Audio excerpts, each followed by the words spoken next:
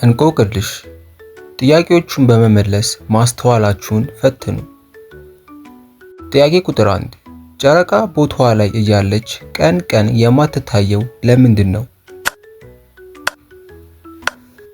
የጥያቄው መልስ በፀሐይ ብርሃን ስለምትዋጥ። ሁለተኛ የሰው ልጅ ካለው ነገሮች ውስጥ ወደ ላይ ሂዶ ወደ ታች የማይመለሰው ምንድን ነው? የጥያቄው መልስ እድሜ። ሶስተኛ የግድግዳ አናሎግ ሰዓት 3 አመልካቾች አሉት። በቀን ውስጥ ስንት ጊዜ ሶስቱ አመልካቾች ይደራረባሉ ወይንም አንድ ላይ ይሆናሉ? የጥያቄው መልስ 2 ጊዜ። አራተኛ 30 ሜትር ከፍታ ያለው ጉድጓድ ውስጥ ሰው ቢወርቅ ምን ሊሆን ይችላል? የጥያቄው መልስ ምንም ሊሆን አይችልም፣ ምክንያቱም ጉድጓድ ጥልቀት እንጂ ከፍታ የለውም። አምስተኛ እኔ ባልኖር ነጠላ ጠላ ይሆን ነበር። እኔ ማን ነኝ?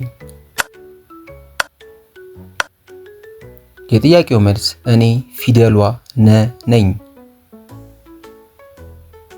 ስድስተኛ እቅድ ለሰው ልጅ የማይጠቅመው ወይንም ዋጋ ቢስ የሚሆነው መቼ ነው?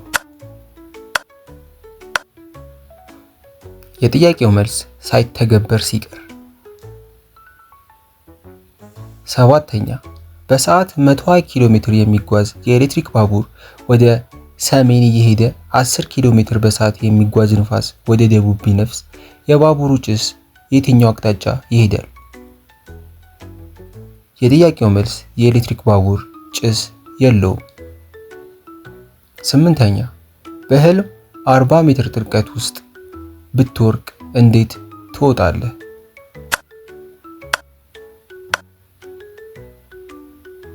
የጥያቄው መልስ ከህልም በመንቃት።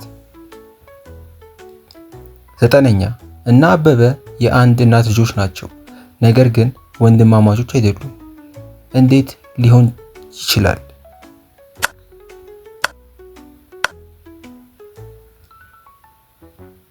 የጥያቄው መልስ አበበ እህት እንጂ ወንድም ስለሌለው። አስረኛ አቶ ታምሩ እድሜ 48 ዓመት ነው።